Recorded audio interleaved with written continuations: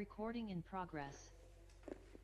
Okay, good evening, everyone. I'd like to welcome you to the Lancaster IC Board of Trustees Work Session and Governance Workshop. Today's date is Wednesday, August 12th, 2026. The time is 5:32 p.m. This meeting has been posted in accordance to the Texas Open Meetings Act. It's being held at the Lancaster ISD Board Administration Building, Board Auditorium at 422 South Center Avenue, Lancaster, Texas, 75146. I will now call roll. Ms. Cortez? Present. Ms. Nichols? Present. Ms. Morris? Present. Mr. Cluis? Present. Dr. Reed? Present. Myself present. Currently absent is Mr. Jones. Okay, at this time, we'll move to Citizens Communications. Dr. Pereira? Thank you, Madam President. I'm unaware of any citizens' comments, signees today. However, I would like to take the superintendent's privilege and allow Ms. Connie Wallace to give a highlight from convocation. While she's queuing that up, I'll also just add that we had an amazing first day. All right. Yes. Kudos to our principals and our leadership team for making sure that that was a smooth day. And all buses made it home with all those who were supposed to be on the buses that I'm aware of. So we're good. We're good right now. Good evening, President Hamilton, Board of Trustees, Dr. Pereira. We are excited that we had what I consider a glowing convocation last week, getting everybody off to a very energetic start of the school year. And here's a very brief recap of the event.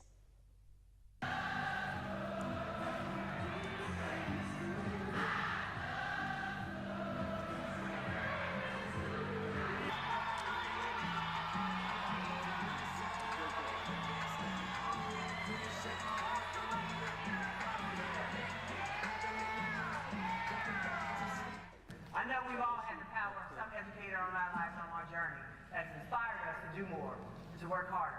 But you see, that is the power of education. That is the power of community. And that's the power of Lancaster ISD's family. That's who we are. Better know, let them know. Better know, let them know. Better know, let them know. 3, 2, 1.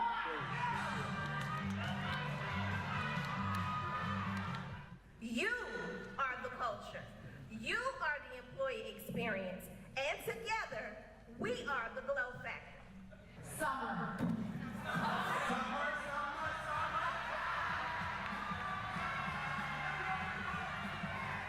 When we step into our classrooms and bring the fire, we give our students their spark. And when a Lancaster ISD student finds their spark, their confidence, and their purpose, they don't just shine, they roar.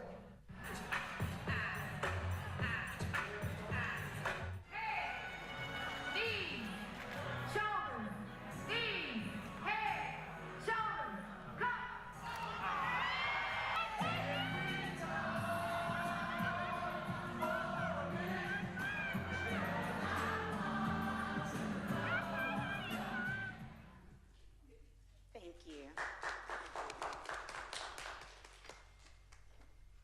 So that was a glow on. Thank you. All right, thank you. We had a great time. It was fun. Okay, at this time we'll move on to Finance. A, discussion of the corporative membership renewal costs and rebates. Dr. Pereira. Thank you, Madam President. I'm going to call for Ms. Eleanor Harrison to present that information to our board and our community. Ms. Harrison, whenever you are ready, the floor is yours. Thank you. Good evening, Board President, Board of Trustees, and Dr. Pereira. We are requesting board approval at the next board meeting for our membership renewal costs for our co-ops and rebates.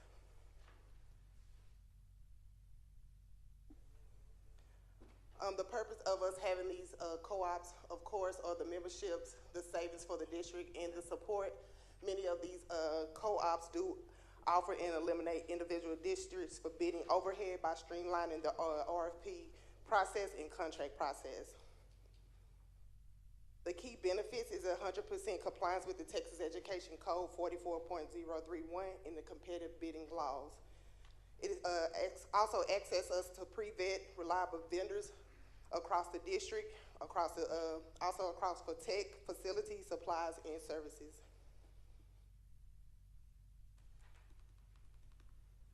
On this slide, we do have 17 co-ops that we do have membership right now with. 2 of those co-ops we do pay a membership of $100. 2 of those memberships we did receive rebates back this year. You will see at the bottom with Bob Board, we did receive $2,263 in rebates.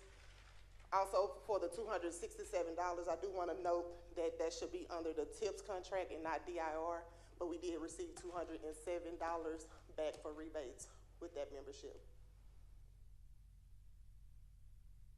Any questions? Thank you so much. Any questions from the dais? Okay, hearing none. Thank you so much. Thank you. Okay, we'll move on to B, discussion of agreement for purchase of attendance credit, netting Chapter 48 funding. Dr. Pereira. Thank you, Madam President. Ms. Shaw-Mosley is not with us tonight, but Mr. Ronald Carter is here to go ahead and share that information with our board and our community. Mr. Carter, the floor is yours, sir, whenever you are ready. Thank you. So, Madam President, so Board President and Board members, Dr. Pereira, today we will be discussing the agreement to purchase attendance credit, netting Chapter 48 funding. The guidance for local revenue level in excess of entitlements as well as cost of recapture can be found in the following Texas education codes that addresses property-rich districts. The district estimated local yield per penny and weighted average daily attendance exceeds Tier 2, Level 2 local revenue minus Tier 2, Level 2 entitlement. The net result is cost of recapture under Chapter 49, which is $1,576,277. The district has the following 5 options to reduce local revenue in excess of entitlements. We are recommending for the board to approve option 3, the purchase of attendance credit from the state. By selecting option 3, the board approves the superintendent to sign the agreement for the purchase of attendance credit by September 1st. The board motion will take place at the board meeting of August 26th. Thank you. Okay, thank you so much. Any questions, comments? I have a question. Mr. Close? What is this purchase, the attendance credit, what amount is that credit? Is it the same 1.5? So the attendance credit it's an offset due to local revenue. So there's an offset with state, and that equates to cost of recapture. So there will be a reduction of 1.576. Okay.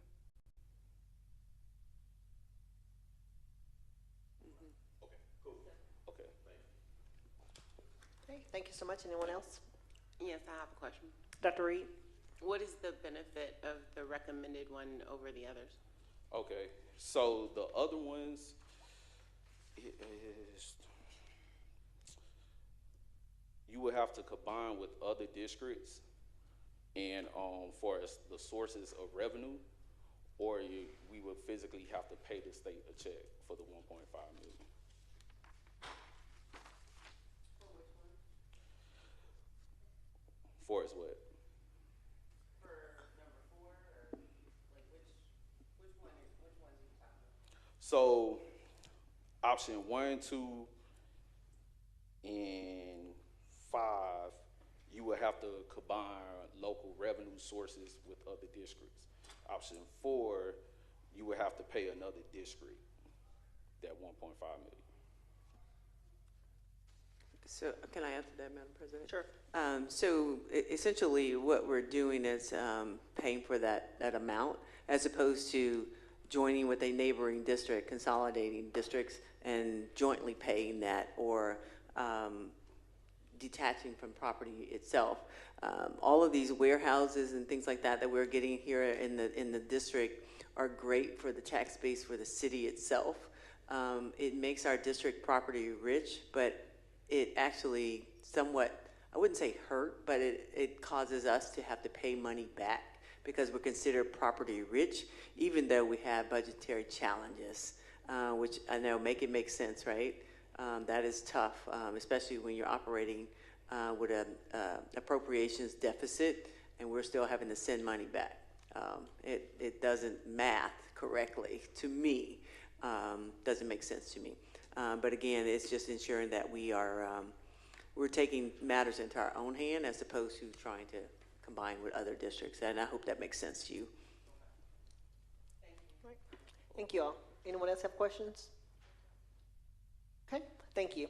For the record, Mr. Jones arrived at 5:41 p.m. Okay, we'll move on to teaching and learning. A, discussion of donation from Concord Church for $5,000. Dr. Pereira. Thank you, Madam President. I'm going to have Dr. Jackson share that information with our board and our community.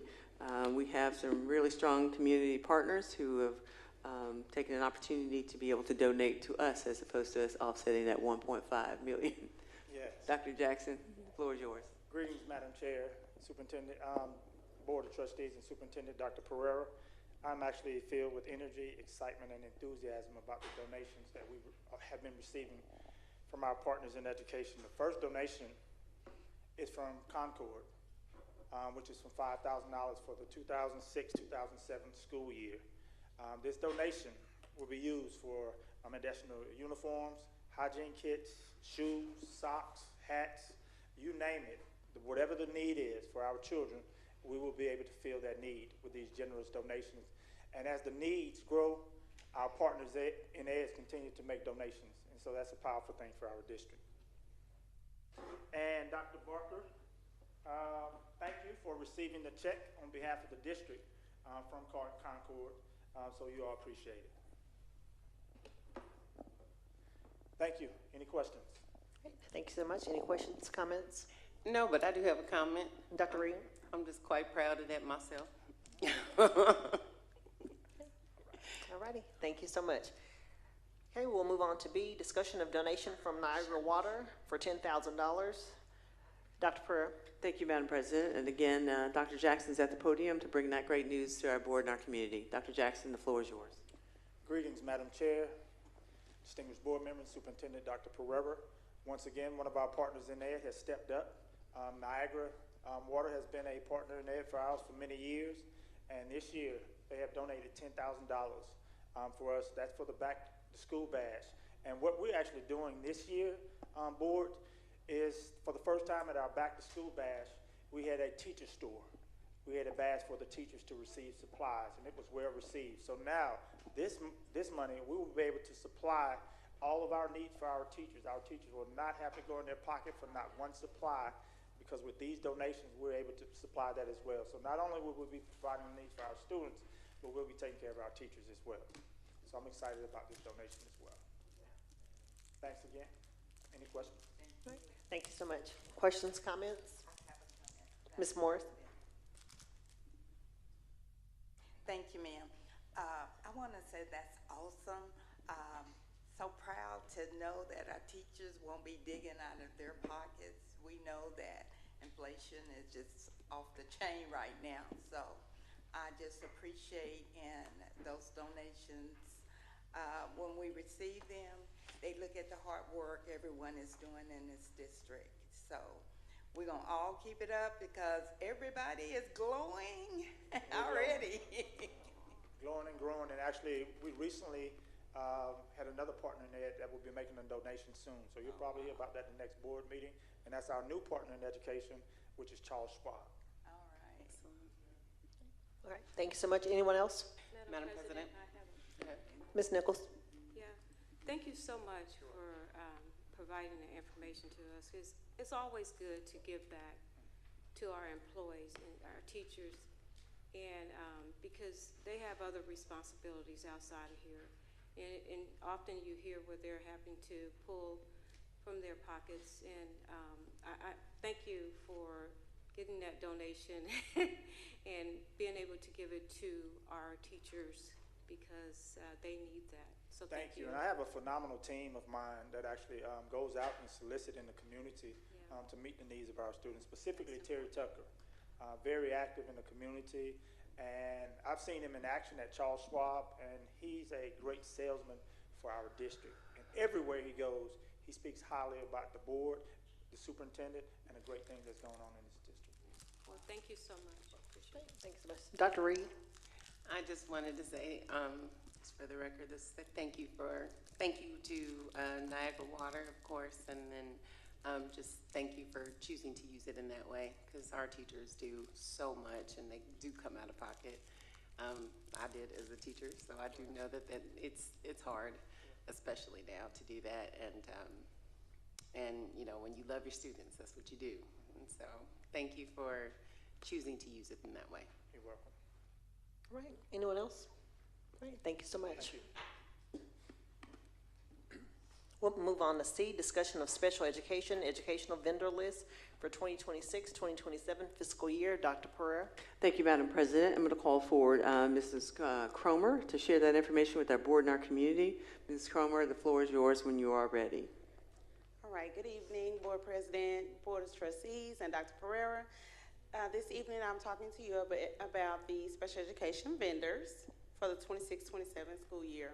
These vendors, we are expected to use about $100,000 and possibly more for their services. The following vendors are approved through our RFP services.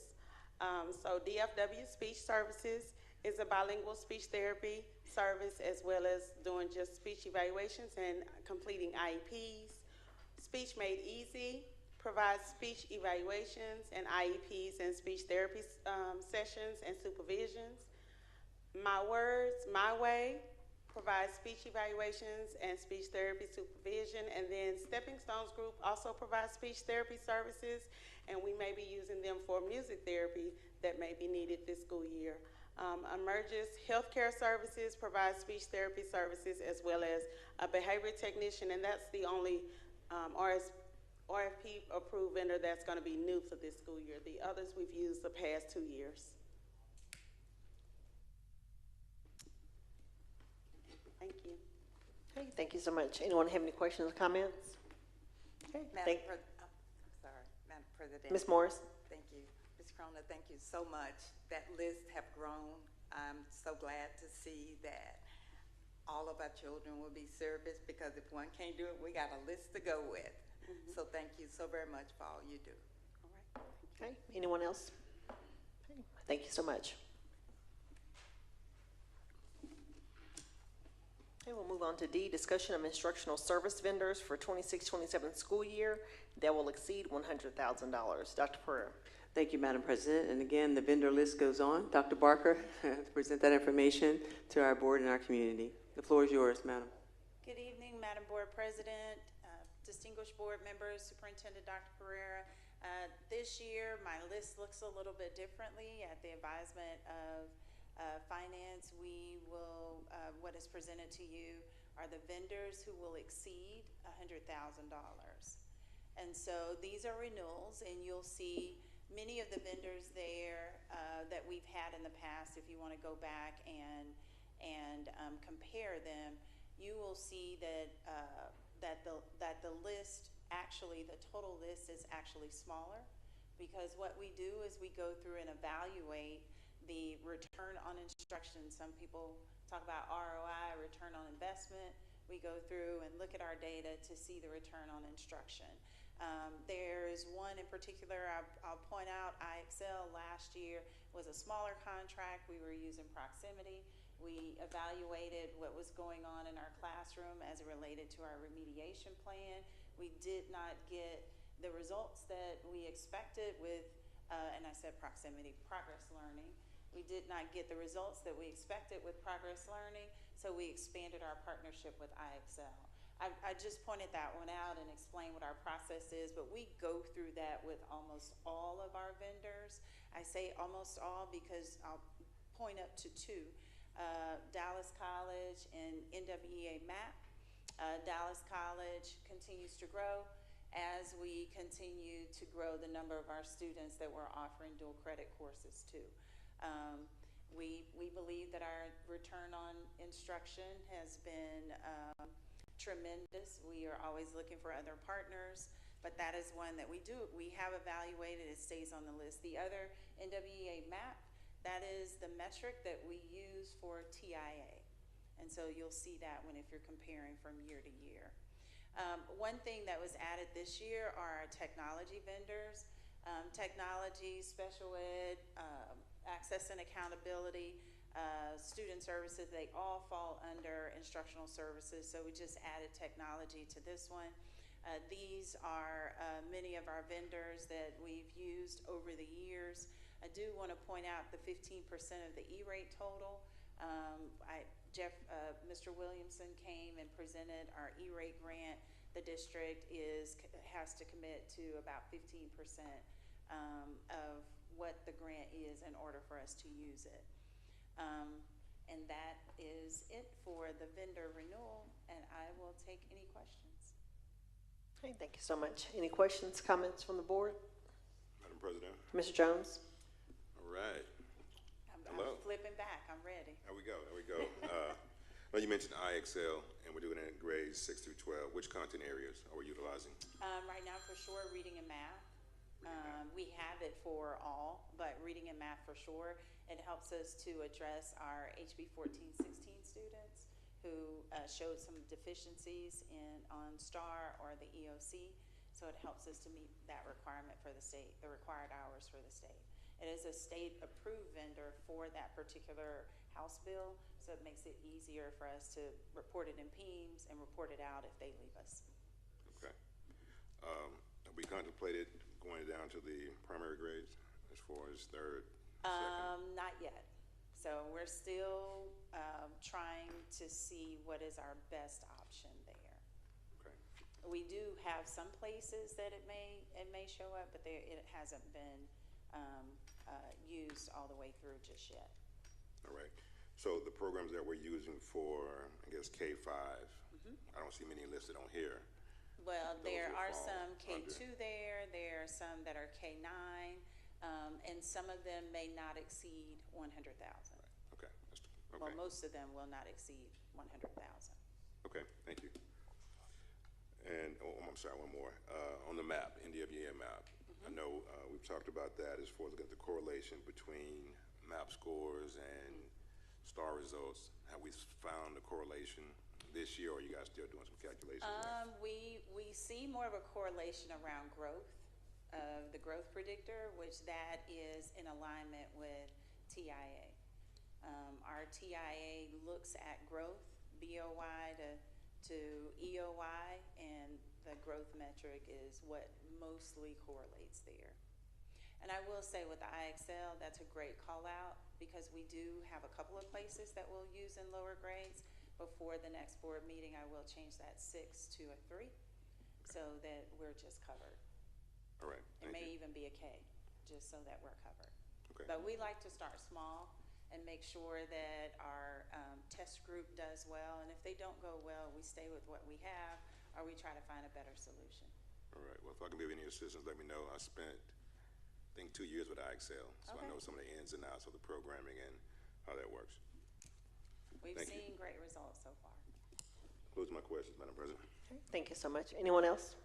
Madam President, Dr. Reed? are any of the vendors that are listed here used to support the virtual learning that you're starting with? Nice.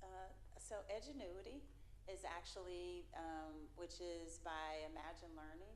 We're using that. We're also using our own curriculum. And we use Google Classroom, which that is offered to all districts for free. Right. So those are, and Clever, which that too is offered to districts for free. Okay. So that's what we're using right now. We only have a select number of students, and Ms. Wright will come to the next board meeting and kind of give you all an overview, a little bit more detail on what's happening with actually our Flex Academy. We're not completely virtual with everything. JD Hall is virtual, but at the high school, we're able to flex their schedule. They're more hybrid than anything. And so Edgenuity is what we're using there, along with our district curriculum. that our teachers have written. We want to make sure that regardless of the modality of how students receive their instruction, that it's the same quality, same level. So we are not naive to think that there will be a 100% success in the virtual, in the hybrid, the flex model. We may have some students who have to come back face to face. We want to make sure that they don't skip a beat when they come back face to face. So what they're experiencing, what's supposed to happen is what they're experiencing in the Flex Academy mirrors what's happening face to face. And is Edgenuity also being used to support the DAEP hybrid? Some. So it depends on the grade level. Okay. So we use Edgenuity for our kids who we bring back and try to remediate. We use it for remediation all around, whether it's EOC. We use it credit recovery. So we have several, Edgenuity has several different ways that you can use, several different models. We've customized what we are using to match the curriculum that's in the classroom. So our teachers have touched all of those modules. It is an aid. It is not the primary mode of instruction. Okay. That's all. Thank you so much. All right. Anyone else? Yes, Madam Ms. Morris? President, one question. So will you be asking for us to vote on this at our next board meeting? Yes. Thank you. Thank you. Okay, thank you so much. Okay, we'll now move on to E, discussion of the 2025-2026 HB3 Early Childhood and CCMR Board Goals. Dr. Pereira. Thank you, Madam President. I'm going to call forward Ms. Bell and Dr. Barker as well to present that information to our board and our community. Ladies, the floor is yours. Good evening, Madam Board President, distinguished board members, and Dr. Pereira. This evening, we will be presenting our 26-27 House Bill 3 Early Childhood and CCMR Board Goals. This is actually something that's not new to you. You've seen this year over year, and so I just want to remind everyone of our meets performance goals for STAR. So for early childhood, we have 45% meets performance. For early childhood reading, we have 50% meets performance, and then for CCMR, our goal is 90% for our graduating cohort. So looking at this data, I just want to just kind of go back to 2024. That's the blue, the baby blue, and then we see the darker blue is 2025, and then representing 2026 is the orange color. So just to reiterate, for math, we've gone from 23%, 26% and 21%, so we're more or less staying in the same area. We dipped a little bit from last year in math, so we're working on that. And then in third grade reading, we've gone from 37, 38, 40% in meets performance. We're getting really close to our goal there. And so we're making some great gains in our reading, in the Department of Reading with third grade. And then going over to our CCMR area, we've gone from 82, 83, and then we had a sizable jump, a double-digit jump, really. The numbers actually should be 93%. I got some more information in recently, and that's going to be a 93 for CCMR. So overall, we are nearing the close on a couple of areas with our goals, and we continue to work hard in those areas. And then again, just coming back, wrapping back around to our goals. And that's it. Are there any questions at this time? Thank you so much. Any questions, comments? Yes, ma'am. Madam President. Mr. Jones? Hey. Hey. Good to see you. Of course, you know, we're looking at our performance third meets and Roscoe performance, and just trying to figure out what have we put in place to kind of move these numbers up to a better position. We have a few programs that we're investing over $100,000 in. I'm going to defer that to Dr. Barker. Okay. I know we talked last year about Tier 1 instruction and just trying to figure out what methods and plans we have in place to kind of move this sooner than later. So I will say that our third grade cohort is a cohort that we've watched since they've come in into Lancaster ISD. They started in kindergarten a little bit in a different place than where kindergartners had started before. So just at your leisure, count back where these students were. Many of them did not come to pre-K. And so math was yet a focus. However, the focus was really reading. So we spent a lot of time in the lower grades before third grade, making sure that we had as many students getting close to grade level in reading as possible. When they got to third grade, we did increase their minutes in math and had some remediation programs with them as well. The switch to Bluebonnet was not necessarily predicated on just them and their performance, but we saw some places that we needed some real foundational skill building. And Bluebonnet was, after evaluating, was chosen to help us to build those skills. So not making an excuse or saying that we ignored or, you know, whatever, but, or any of those things, hated saying whatever, so excuse me. But we do feel like we have a really nice foundation with these third grade students in math that we close some gaps and move them on. Now, we're talking about meets data. And those that are on grade level, that is always our goal, not necessarily approaches data. And we'll be able to show you some of the approaches data a little bit later. We probably could also show you where they were as it relates to when we first got them and how our teachers were able to grow them.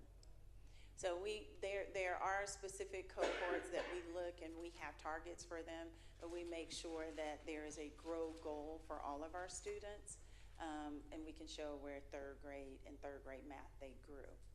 So you'll see across the bands of math, we're talking about third grade, but I'll just say this, that we did experience last year an implementation dip, which is very common when you switch from one curriculum to another. However, we do feel as if we've figured out where the dip was, how to close the gaps. We did that with our summer programming. Dr. Jackson has used some of his, you asked about programming, so I'm finally getting to that, is using some of the grant money that we have that we're starting on the front end, like tutoring will start next week, or maybe this week. Next week on Monday. So that we can address any summer slide that may have happened or any gaps that they ended the school year with. The goal ultimately is that every student can consume the curriculum at grade level. And when I look at these scores, that's what it says to me. When I look at reading, 40% of the students can consume the curriculum at grade level. We have to work really hard to make sure the other 60% can consume it at grade level. And so some of the pre-programming that we're doing is with hopes that we are front-loading students so that they consume Tier 1 instruction. Our goal will always be to have strong Tier 1 instruction. So we did mention that that's what we were doing last year, not going away from that strategy at all, never will abandon it. That's the very first thing. The first instruction is the best instruction. Okay. Just looking right now, I know the threshold for reading meets is like a 71%, and then we're looking at a 76% for math. In the programming that you're going to put in place, I know we're going to be tracking that. How does MAP tie into us? MAP? Yeah. I know we're looking at beginning of year data. We'll look at that and see how they progress. Do we have any correlations that we can kind of look? Because I know you guys give us a report, beginning and middle of year data for MAP, and middle of year, end of year. So we do look at where they are at the end of the year, and then we look at the beginning of the year to be able to address it. But in one of the program that we're looking at now, and again, that's curriculum that we have, there will be a beginning diagnostic and an end assessment so that we could see at the end of this front loading where our students are. I'm not really sure that MAP is designed to do what you're asking, okay, because it's only done at certain checkpoints. It's not necessarily a formative assessment that would happen monthly. Got it. But we do have a tool that's going to monitor Yes. progress. All right. Okay. I think that concludes my questions. Thank you. Thank you. Anyone else have anything? Madam President. Ms. Morris? Yes, thank you so much. Thank you for that. I wanted to find out about the subject areas and the goals 28-29. Would that be 27, 28, or is that a prospective goal? So for whenever 28, we put 29? these goals, we did a 5-year goal. Oh, okay. And we want to reach that goal by 28, 29. Oh, okay, okay, that makes sense. So thank you. But we're trying to get there before then. I know. Thank you. That's a big jump. I know you can do We'll it. get there. Dr. Pereira. Thank you. While I have Dr. Barker and Ms. Bell at the podium, and I'm not going to look at either one of them, going to ask this question. Can you all, I know it's confidential if you will, but I'm still going to ask anyway. Can you all share with our board the projection of the high school's outcome? Well, since it's embargoed, I'll let you guess. And you can guess by the first letter of my last name. And that way we haven't really said it. It's the first letter of my last name. It's the first letter of my first name. No, the high school? Yes, So it's the second letter of my Yes, last so I'm name. like, what are you doing? The high school, the second That's what I letter. said, it's the first letter of my first name. Yeah. I let another one out of the bag. You know. All right. Yeah, the high school Sorry, I second could letter. not. Yeah, and well, I told another one by giving the first letter of my last name. Just happens to align with the district. Madam President, if I can say one more thing. Mr. Jones. Yeah, yeah, say it loud, for sure, for sure. Also, I just wanted to commend the teachers for the work that's been done for us to get to whatever these letters are, you know, that we're referencing, but for the outcomes of the students, you know, the graduation rate, the graduates, the scholarship funds, also to the campus principals, and to each one of you as well, like Pereira along with the team, because we are consistently meeting and exceeding goals as it relates to our students. And of course, we got some areas where we got to work, but you know, progress is always being made. So again, I want to applaud all of you guys for that work. So thank you. All right. Okay, anyone else have any comments, questions? Okay, thank you so much. Okay, we'll now move to Human Resources. A, discussion of renewal for the service agreement between Lancaster ISD and Swing Education for substitutes. Dr. Pereira. Thank you, Madam President. I'm going to call forward Dr. Charles to present that information to our board and our community. I'm sorry, Mrs. Charles. Yeah. Receipt, right? But I'm calling it. Madam Board President, Trustees, and Superintendent Dr. Pereira, I'll be sharing some information on the renewal of Swing. This is our supplement to our local substitute program. And we're still going. This slide shows our fill rate with the Swing subs. Ultimately, Swing is very helpful to us as a district. It helps us to fill in the gaps when we have those large events, mainly at the high schools. You'll see them at UIL or sporting days. We'll have a lot of subs requested. Our teachers, or our campus rather, request Swing subs through HR. And HR then puts in that request for them so that we can track the usage of this program. We typically do not spend over $100,000 with this program.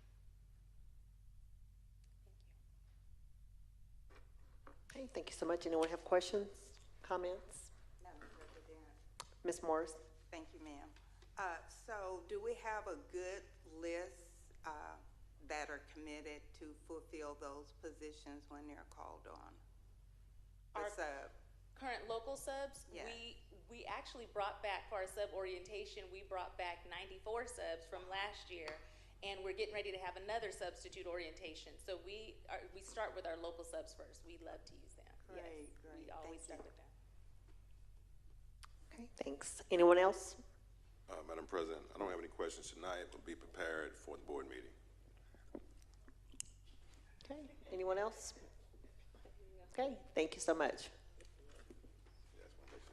Thank you. Okay, we'll move on to B, discussion of the 2026-2027 Professional Learning Plan, DMA, and DMA, that's legal and local. Dr. Pereira. Again, thank you, Madam President. Ms. Charles is still at the podium, and she will present that information. I think she has the next couple presentations. Ms. Charles, the floor is yours. Thank you. Madam Board President, trustees, and Superintendent Dr. Pereira, this is the district-wide professional learning plan required by board policy that the board approves annually. Our plan is aligned to the state's professional development recommendations, identifies any areas where Lancaster ISD differs, and outlines the required professional learning for our employees throughout the year. With that framework in place, this slide shows how we are putting the plan into practice.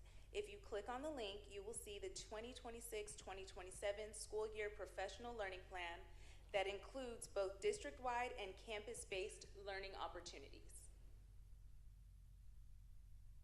Thank you. Okay, thank you. Any questions, comments? Okay, hearing none. Okay, at this time, we'll move on to C, discussion of revision to TASB Policy Update 127, local policies as recommended by the Texas Association of School Boards. Dr. Pereira. Thank you, Madam President, and for 3 times the charm, Ms. Charles, you're on. Now this one is going to be a mouthful. Madam Board President, trustees, and Superintendent Dr. Pereira, tonight I will provide a brief overview of the recommended local policy revisions included in TASB Policy Update 127. These updates help ensure our district's policies will remain current, aligned with legal requirements, and reflective of best practices. I'll briefly highlight each recommended revision before the policies are presented for your consideration. September 30th is the deadline for your vote.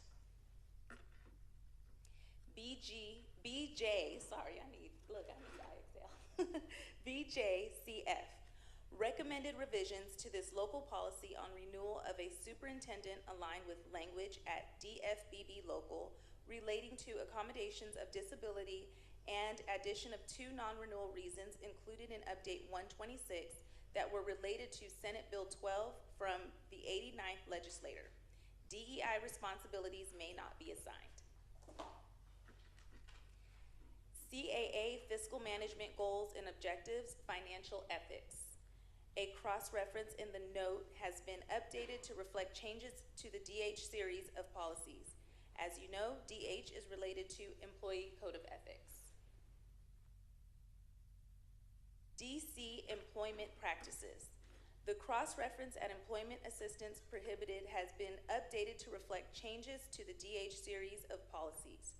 Standard policy language at BJA local notes that the superintendent may delegate responsibilities to other employees of the district but shall remain accountable to the board to perform all of the duties, delegated or otherwise. For this reason, TASB recommends removing or designee from the posting vacancy section. DCB or DCE employment practices, term contracts, or other types of contracts is an update to the title of LSSP to school psychologist. The 2 cross-references DH exhibit have been revised to reflect changes to the DH series of policies which are described. DH exhibit is being deleted from the manual, and Educator's Code of Ethics is being recoded to DHA legal. DP series.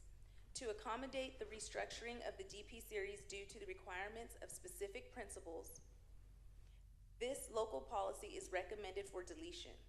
Materials regarding principal qualifications have been moved to DPA local, and the language relating to school counselors and school chaplains has been moved to DPB local.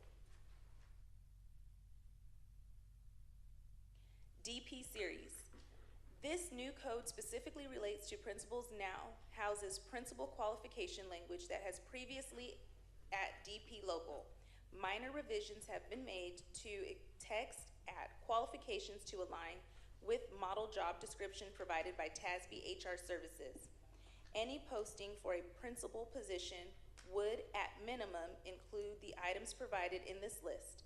Other qualifications may be included as provided by the last item in this list. This new policy houses text relating to school counselors and school chaplains that was previously DP local. Please note, cross-references have been added to the applicable policies. EHBB, Special Programs, Gifted and Talented Students. Recommended changes at identification criteria are the result of amendments to 19 Administrative Code 89.1. Verbiage, if the selection process relies on the matrix or threshold system, the use of a scoring value based on race, ethnicity, sex, socioeconomic status, or disability shall be prohibited. FFF, student welfare, student safety. The definition of misconduct has been amended to include provisions from Senate Bill 571 from the 89th legislative session. The misconduct definition has been reformatted to improve readability. Verbiage, alleged abuse or commission of an otherwise unlawful act with a student or involvement in or soliciting a romantic relationship, or soliciting or engaging in sexual contact with a student, and 3, engaging in inappropriate communications with a student, or 1.4, failing to maintain appropriate boundaries with the student. Thank you. Okay, thank you so much. Board, any questions? Yes, ma'am, Madam President. Mr. Jones? Yes, so the last policy, FFF, the definition that you just read, is that the one that we're going to put into our policy, or will that be in our student code of conduct? That will be up to your vote, but that is the language that we'd like to put into our policy. Okay. That's the language that's recommended. All right, thank you. Okay, anyone else have questions, comments? Dr. Pereira? Thank you, Madam President. I don't necessarily have a comment or question. I just wanted to share with the board that HR spent the last week and a half with staff at each school, each campus, going over our ethics that are expectations for the district. So every staff member that was employed up until yesterday, I think, is when they ended. I think the last one was yesterday. So they were able to share that information with every single campus and department. Just wanted to make sure you all are aware of that. We'll do a second round at some point, but also know that our staff members get some of the same stuff through the Safe Schools. So that's at least twice by the end of this month that they will have received information regarding ethics and expectations. Mr. Jones? Yeah, I guess the definition that you just read, I'm looking within our supporting documents. I don't see that in any of the attachments. So if we can get that definition provided. We'll get that to you. And maybe I'm missing it, but I'm looking at our current policy, and some of the stuff isn't there, but I know this is new based off of legislation and from the 89th. So we can get that. That would be great for me. Thank you. Okay. Anyone else have any comments, questions? Okay, thank you so much. Yeah. Thank you. Okay, at this time, we'll move to maintenance and operations. Discussion of the potential property lease for telecommunications infrastructure. Dr. Pereira. Thank you, Madam President. I'm going to call for Dr. Kimbrough to present that information to our board and our community for potential revenue generating opportunity.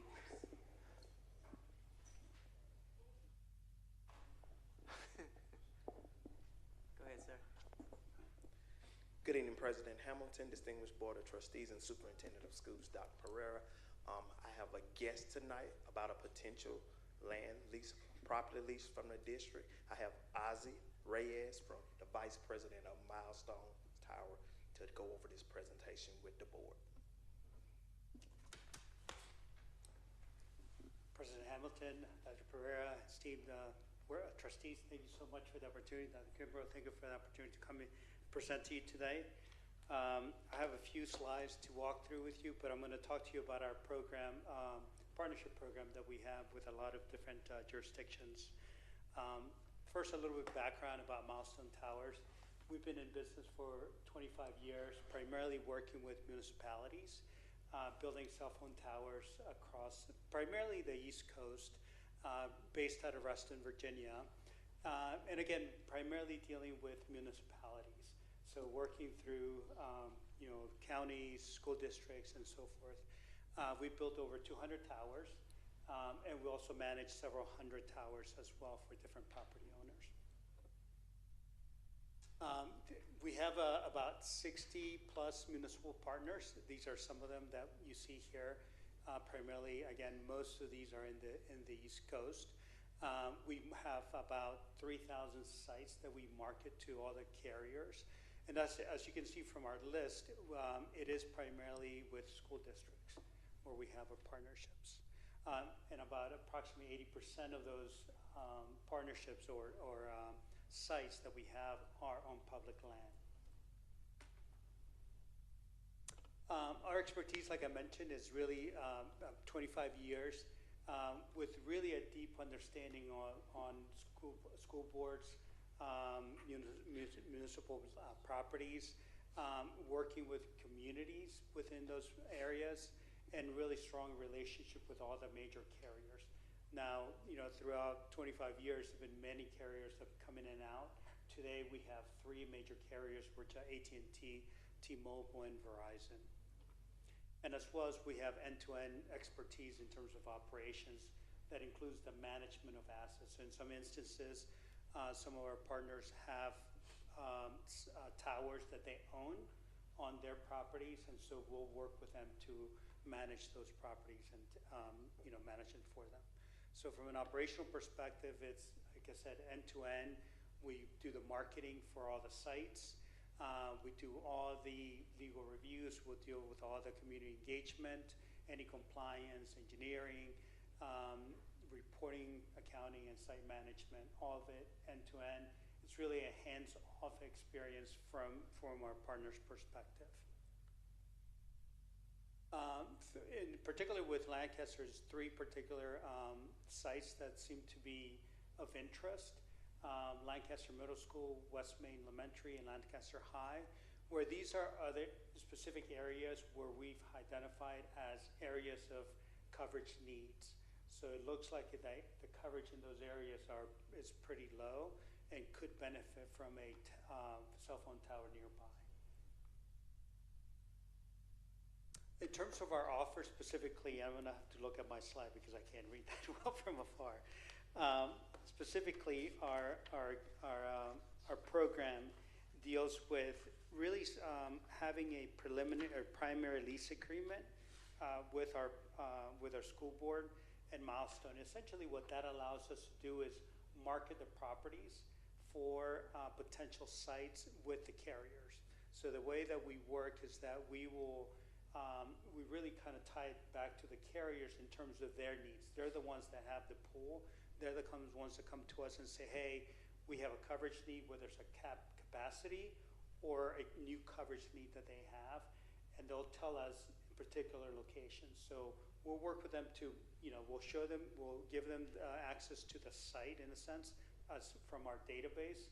We'll market it, and if they come identify it as a need, we'll start working with them in terms of getting an agreement with you, getting the final okay with you to actually move forward with that particular site.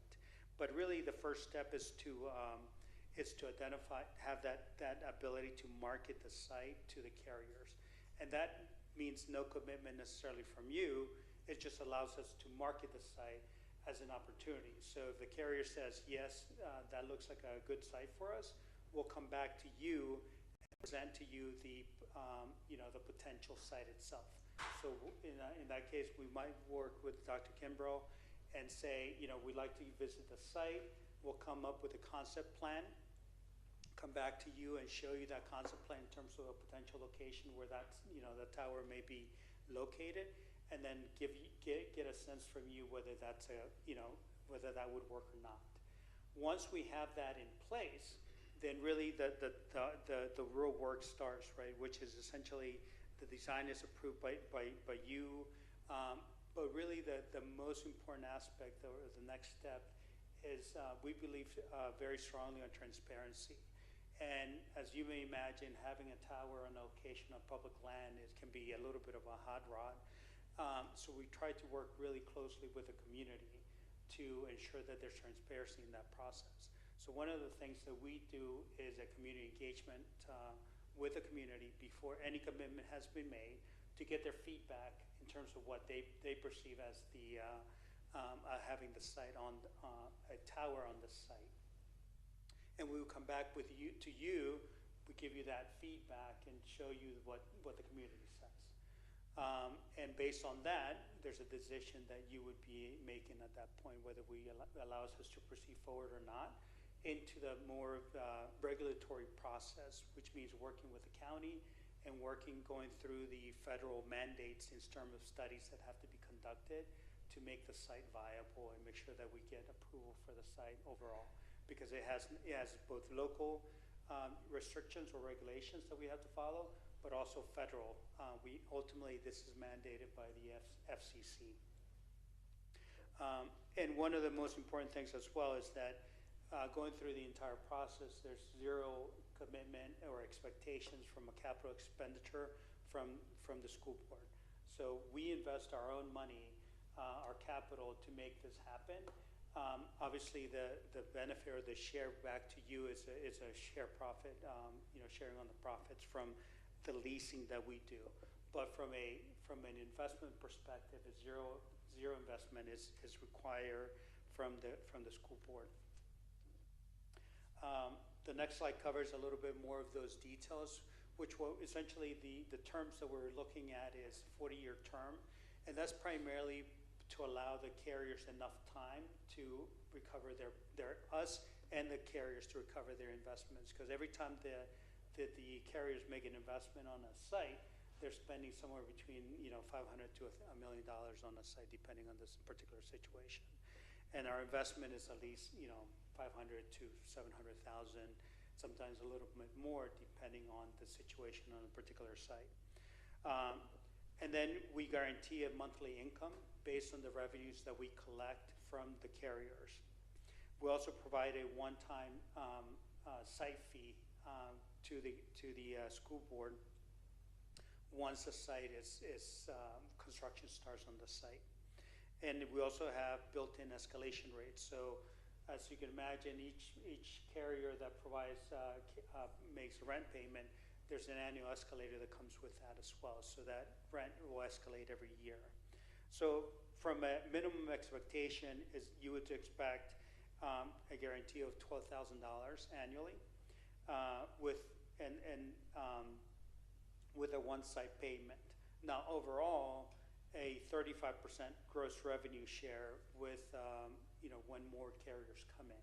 So typically the rent will go somewhere between $2,200 to $3,000, depending on the situation.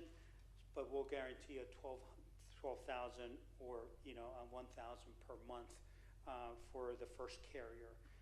One important thing is that we do not build a tower without having a carrier commitment on it. So that guarantees that $12,000 annual cash flow. What the site looks like, ultimately we are looking for about a 50 by 50 space. We built a tower for approximately 4 carriers. Until last November, there were 4 national carriers that included Dish, but unfortunately Dish went out of business. And so now it's really the 3 major carriers. There may be some local players, but we do build it to have access for additional carriers. It's typically a gravel access road with an easement that allows us to get to the site as well. Finally, what it looks like, they vary, right? I think you've seen some towers nearby. They tend to be pretty short in this area. That can be a little bit challenging simply because, the higher you go, the better propagation that the carriers get, and the less need for more towers nearby, to be quite honest. But when you have shorter sites, that means the carriers need to basically more of those sites nearby to be able to get to their overall coverage. We typically build anywhere from 110 to 199 feet is the height that we look to build. In some instances, they could be combined into a high school stadium with the lights, so that way it camouflages a little bit. This next slide covers a few more examples. A tree pole, a lot of people ask for a tree pole. It's hard to hide that tree pole when it's out there, you know. You can tell right away that it doesn't belong. We have built some marquee sites in some high schools. And then the other one's a little bit more just a flush mount, which brings the antennas a little closer. I mentioned a little bit about community engagement. You know, as part of the process, we'll build a website that allows people to come in and look at information about the project. But also, as part of that engagement, we'll work with a particular school to determine what communication approach they want to take, whether they want to distribute the communications out and information about the project to the entire school population. But also, we'll reach out to the nearby residents. So we'll draw a circle essentially about, you know, between a quarter to half a mile, depending on how many residents that hits, and send out communications to them on our own, and invite them to the town hall that we'll have, and also, you know, information about the website, which essentially this is where we would share any updates to the project as it moves along. Obviously, radio frequency, when it comes to schools, radio frequency becomes really the biggest question mark. When it comes down to radio frequency, we're required to meet the standards that are set by the FCC. We do annual testing on our sites that are in municipal properties, including school boards. And I can tell you that the numbers that come back essentially they're within about 2 to 5% of the FCC standards. So if the FCC sets the standard this high, we're down here when it comes down to meeting that particular standard. And we'll do that on an annual basis to ensure that nothing is changing. And obviously, us and the wireless carriers have to comply to that regulation, so it's pretty strict. Some high-level community benefits. You know, the obvious one really is when it comes down to public safety and emergency preparedness. Whenever there's a disaster or some sort of issue that happens, these towers do have propane or gas tanks that are there, so they will work when power goes out. 2 minutes, thank you. And obviously, it provides a significant amount of community activity. Increases in overall better coverage, right? A lot of, especially around schools, we do know that most homes really don't rely on cell phone for the internet, unfortunately. So that becomes an important aspect, especially for kids trying to get to do their school homework. This last slide just really covers a high level of some needs. The biggest one is that most landlines are gone, and it's really done, you know, most of us rely on cell phones. Thank you. Okay, thank you so much. Board, any questions or comments? Madam President? Mr. Jones? I have a few. Sure. If we can go to the alternative designs slide. Yep. Right there with the marquee. Who owns the marquee? So the entire asset, the structure, we would own it. However, the marquee design, like you see in this scenario, that is something that's worked out with the school board in this case. Okay. So in essence, we could actually advertise on these and have people. Yes. And then we could split the revenues. What I'm hearing you say? Theoretically, yes. Yeah. Okay. Yeah. All right. I've never had that question. But I see where you're going. Talking about revenue generators, come yes. on. Okay, and then going back to the expected term slide, slide 8 on my list. Yes, right here. 40 years is a long time. Yes. Long time. Are there any other time limits, or I know you said that's the typical ROI for you as the investor and the other so companies. the terms typically start with 10 years, or the base term is 10 years, and after that it kicks into a 5-year cycle that allows, that are renewals. Now there's some caveats in terms of like after the second 5-year term, the school board can decide the option not to continue the lease. Okay, so is this the way this is set up, or we're just going straight 40? No, that's the way we Okay. typically, it's never straight 40. Got it, all right. That's a long time That is. commitment. Well, I wouldn't be here. I was getting nervous. Okay. And then with the escalation rate, I know you mentioned that as well. Yeah. So as the carriers increase with you, we then get a percentage of that. Does that fall within the 35% revenues, or? Correct. So it basically is any gross revenue that we would get, including the escalator, that is divided by the 35%. Okay. So, and typically the escalation rate is somewhere between 2 to 3%. All right. So with these typical districts that you've had on one of the other slides, what's the average that they're getting on the annual? Actually, my other question before I go there, this guaranteed at 12,000, is 12,000 per site, or is this 12,000 for all Correct. three sites? It's a great question. Yes, this is per site, yeah. So if we have 2 sites, 3 sites, that would be, each site would be 12,000, and then the 25 would be per site as well. Okay.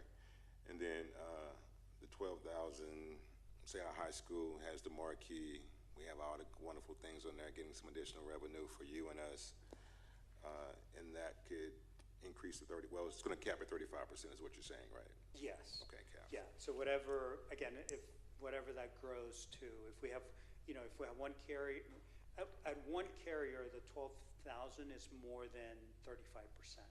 At 2 carriers, the 35% makes sense. If we're lucky enough to have all 3 carriers on that site, that site is producing quite a significant amount. Okay. Could you provide like a couple of examples for us with investment, as far as, I know I got the 12,000 guaranteed. Yeah. But as far as some numbers, say we have 2 carriers, what's that typical payout for a district? Some of your partners that you have up in the East Coast? Yeah. So, let's assume that we're getting about, let me do the quick math, sorry.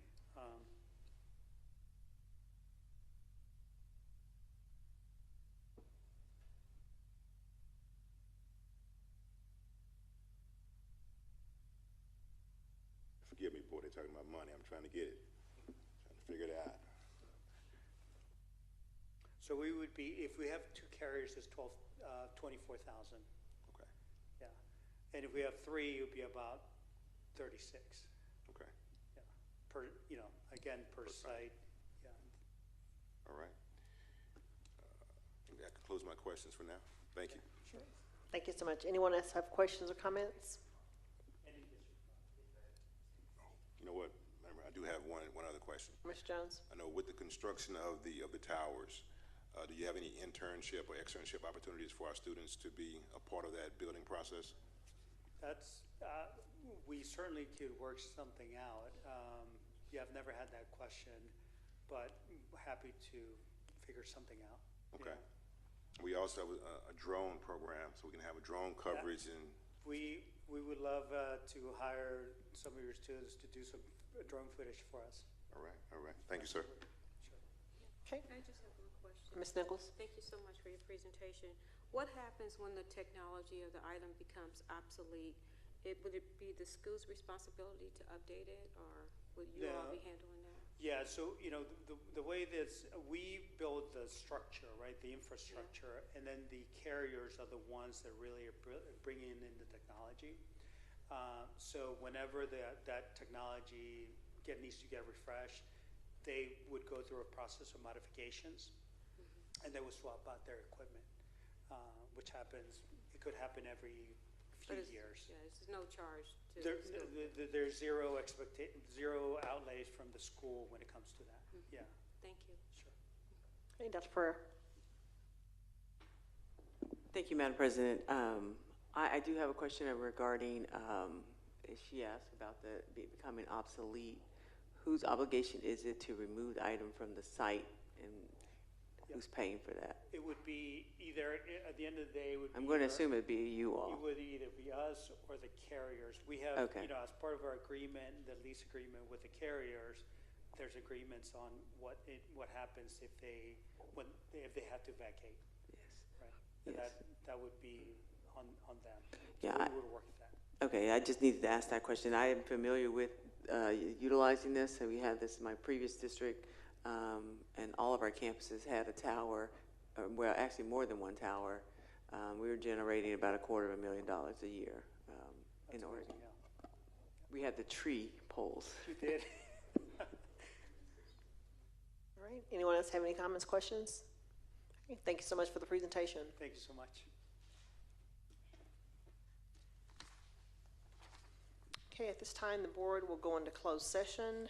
Time is 6:42 p.m. as authorized by the Texas Open Meeting Act, Texas Government Code 551.071, 551.072, 551.074, and 551.076. A is discussion of personnel updates. B is deliberation and duties, evaluation, responsibilities, employment, and dismissal of personnel of officers.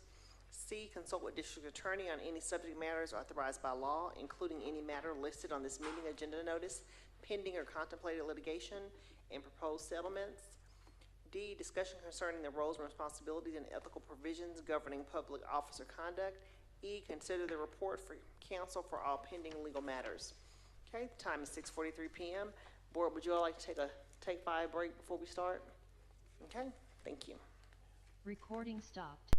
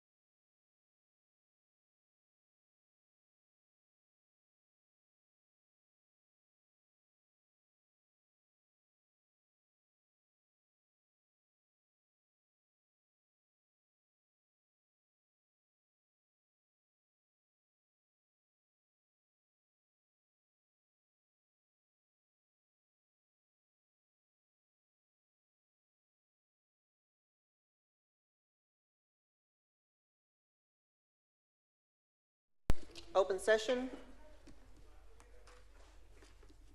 Recording in progress.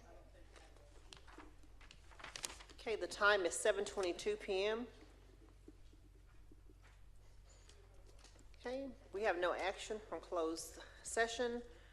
We will now move to board matters. A is discussion and possible board action to approve the proposed 2026-2027 board meeting calendar. You all, we have been provided with the list of dates. Hope you all have had time to review it. This is a action item. Is there a motion? Madam President, I'm Mr. Jones? table this item to our regular scheduled board meeting. Okay, I have a motion by Mr. Jones to table this item into the next regular meeting for August. Is there a second? Second. Have a second by Ms. Cortez. If you will please vote from your devices.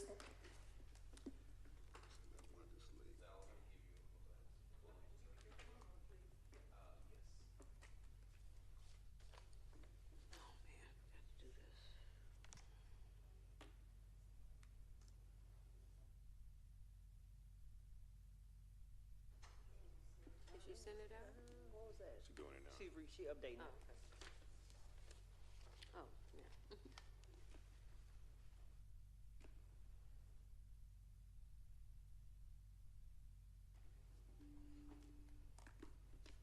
Okay, if you'll please vote from your devices.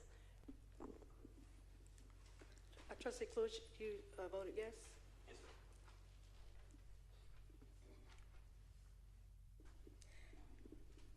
Madam President, and the Lancaster ISD Board of Trustees to table the proposed 26-27 board meeting calendar dates until the next board meeting in August 2026. Motion carried unanimously. Okay, thank you so much.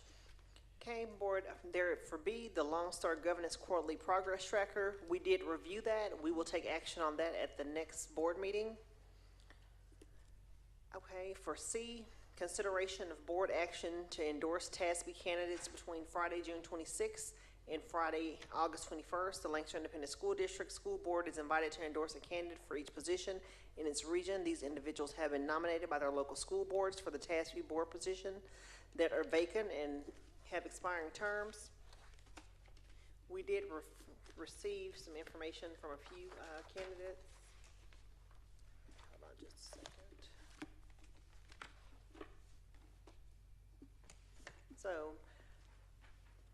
So since May 2026, we've received hard copies and in our diligent platform, the TASB Overview 2026 nomination information, which lists candidates for positions on the TASB board. These individuals have been nominated by their local school boards for the TASB positions. So individuals that have reached out to Lancaster ISD board members via email are Marvin Bobo, Lovejoy ISD Board Secretary and Master Trustee, Denisha Williams, Cedar Hill ISD Board Trustee, and Cindy Darlin, Princeton ISD Board of Trustees. So if the majority of the active members of the region endorses a candidate, that individual will be elected to a TASB board. If at least 25%, but not a majority endorse the candidate, that individual will be included on the official ballot at the TASB Delegate Assembly. The nomination from the individual's local school board is counted as an endorsement. The endorsement count will be updated regularly as they are received. So board, this does require an action item for our district to make a nomination. Is there a motion?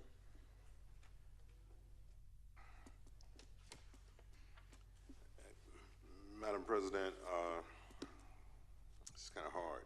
So a lot of these individuals on here are leadership TASB graduates or considered master trustees, and a lot of them have done a lot of work as it relates to advocating at the state level. And we have, what, 3 within Region 10. Well, actually, all these are Region 10, but 3 within our area. Rough. I will yield to anybody else want to make a nomination. Sorry. Well, we thought you were making a motion. I thought I was. Yes. Yes, we're voting from Region 10, but I did reference we have a whole list of individuals that have signed up here for Region 10, but we referenced these 3 individuals because they actually solicited us by basically campaigning for their positions. These people signed up, but All of them did not reach out to us. Only 3 individuals reached out to us asking for our endorsement. Well, we're considering, as Ty said, there are several individuals that have signed up for this position. So we did pull out the 3 that solicited our vote. So we're looking at those 3, the individual from Lovejoy, the individual from Cedar Hill, and the individual from Princeton.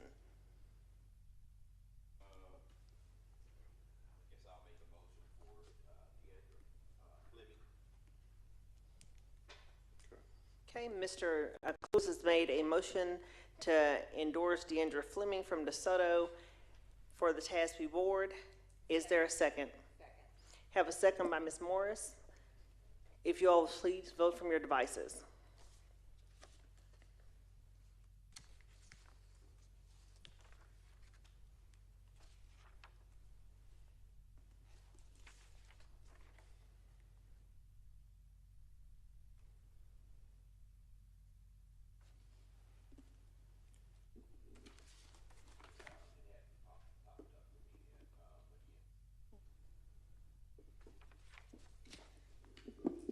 Madam President, Lancaster ISD Board of Trustees, in regards to the motion that was made by Trustee Darrell Lewis, seconded by Secretary Carolyn Morris, for the Lancaster ISD Board of Trustees endorsement of candidate Deandra Fleming for Region 10, Position D on the Texas Association of School Boards Board of Directors. Motion carried unanimously. Okay, thank you so much. Okay, at this time, we're to reminders. Well, we've completed the first day of school, so we can check that off the list. There is a public hearing for 26-27 proposed budget and 2026 proposed tax rate, August 26th at 5:30. The MASBA National Conference will be in San Antonio, September 10th through 11th. CUBE Annual Conference, Chicago, Illinois, is the 1st through the 3rd.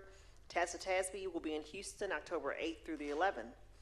This time, we've come to the end of our agenda. All in favor of adjournment? Aye. The time is 7:29. We're adjourned. Thank you all. Happy early birthday, Madam President. Thank you so much.